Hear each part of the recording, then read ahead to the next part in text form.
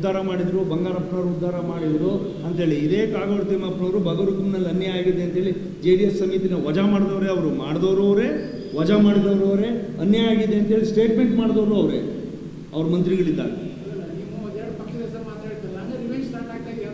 See, if they take it as revenge, we have to give it in the same way. ಅವರು revenge ಅಂತ ಹೇಳ್ಬಿಟ್ಟು ಅವ್ರು ಮಾತಾಡ್ತಾರೆ ಅನ್ನೋ ಪದವನ್ನು ಬಳಸೋದಾದರೆ ಇಲ್ಲಿ ಎಚ್ಚರಿಕೆ ಅಂತ ಹೇಳ್ಬಿಟ್ಟು ಶುರು ಮಾಡ್ತಾರೆ ಅವರು.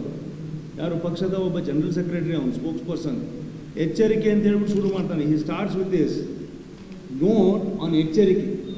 ಸೊ ಎಚ್ಚರಿಕೆ ಅಂತ ಹೇಳ್ಬಿಟ್ಟು ನೀವು ಪಬ್ಲಿಕ್ ಸೋಷಿಯಲ್ ಮೀಡಿಯಾದಲ್ಲಿ ಬರ್ತೀರಿ ಅನ್ನೋದಾದರೆ ಆ ಎಚ್ಚರಿಕೆಗೆ ನಾವು ಉತ್ತರ ಕೊಟ್ಕೊಂಡು ಕೊಡದೆ ಹಾಗೆ ಕೂತ್ಕೊಂಡ್ರೆ ಪಕ್ಷ ಯಾವ ಮಟ್ಟಕ್ಕಿದೆ ಅನ್ನೋದನ್ನು ಅವ್ರು ಅರ್ಥ ಮಾಡ್ಕೊಂಡಿಲ್ಲ ಇನ್ನೂ. ಹಾಗಾದರೆ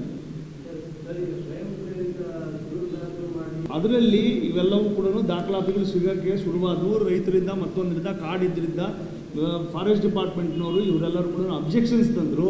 ಇದು ಅನ್ಯಾಯ ಆಗ್ತಾ ಇದೆ, ಇದು ಕಾನೂನು ಪ್ರಕಾರವಾಗಿ ಇಲ್ಲ ಅಂತ ಹೇಳಿದರು. ಅದನ್ನು ಮಾಡಿದ ತಕ್ಷಣ ಇದೆಲ್ಲದೂ ಕೂಡ ನಮ್ಮ ಸಿಗಾಕಾಣ್ತೀನಿ ಅಂತ ಹೇಳ್ಬಿಟ್ಟು ಹಿಂದೆ ಇದ್ದಂಥ ತಹಶೀಲ್ದಾರು 1.5 ತಿಂಗಳು ಇದ್ದಂಥ ಸಂದರ್ಭದಲ್ಲಿ ಇವನ್ನೆಲ್ಲವನ್ನೂ ಕೂಡ ನೋಡಿಬಿಟ್ಟು ಚೆಕ್ ಮಾಡಿ ಅಂದಾಗ 1400 ಅರ್ಜಿಗಳನ್ನು ಇದನ್ನು ವಜಾ ಮಾಡಿಬಿಟ್ಟು AC ಗೆ ಹೊತ್ತು ಹಾಕಿದರು. ಆ AC ಇವತ್ತು ಕೂತ್ಕೊಂಡು ಅವರೆಲ್ಲರೂ ಕೂಡ ನೋಟಿಸ್ ಸರ್ವ್ ಮಾಡಿಬಿಟ್ಟು ಇವತ್ತು ಅದನ್ನು ಕ್ರಮ ಕೈಗೊಳ್ಳಬೇಕು, ಇವನ್ನೆಲ್ಲರೂ ದಾಖಲಾತಿಗಳಿದ್ದರೆ ನಮ್ಮ ಹತ್ರ ತಗೊಂಬನ್ನಿ ಅಂತ ಹೇಳ್ಬಿಟ್ಟು ಇವತ್ತು ನೋಟಿಸ್ ಕೊಟ್ಟಿದ್ದಾರೆ. ಸೊ ಹಾಗಾಗಿ ಅದರಲ್ಲಿ BJP ಪಕ್ಷದ ಪಾತ್ರ ಇಲ್ಲ, ಜನಪ್ರತಿನಿಧಿಗಳ ಪಾತ್ರ ಇಲ್ಲ, ಅಥವಾ ಯಾರದೇ ಪಾತ್ರ ಇಲ್ಲ.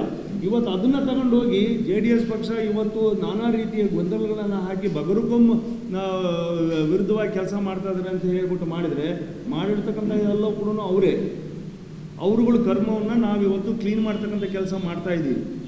ಇವತ್ತು ಅದನ್ನು ಮಾಡತಕ್ಕಂಥ ಪರಿಸ್ಥಿತಿಯಲ್ಲಿ ಇವತ್ತು ರಾಜಕೀಯವನ್ನು ಬಳಸಬಾರ್ದು. ಇನ್ನೂ ನಮಗೆ ರಾಜಕೀಯ ಮಾಡೋಕ್ಕೆ ನಾವು 5 ವರ್ಷ ಅಂತೂ ಇಲ್ಲಿರ್ತೀವಿ ಅಂತೇಳಿ ಭಾವಿಸಿದ್ದೀವಿ. ಹಾಗಾಗಿ ಇಂಥ ವ್ಯವಸ್ಥೆಯಲ್ಲಿ ಇವಾಗ ಶುರು ಮಾಡ್ತಕ್ಕಂಥ ಸಂದರ್ಭದಲ್ಲಿ ಈ ಥರದಕ್ಕೆ ಕೈ ಹಾಕಬಾರ್ದು ಅಂತೇಳಿ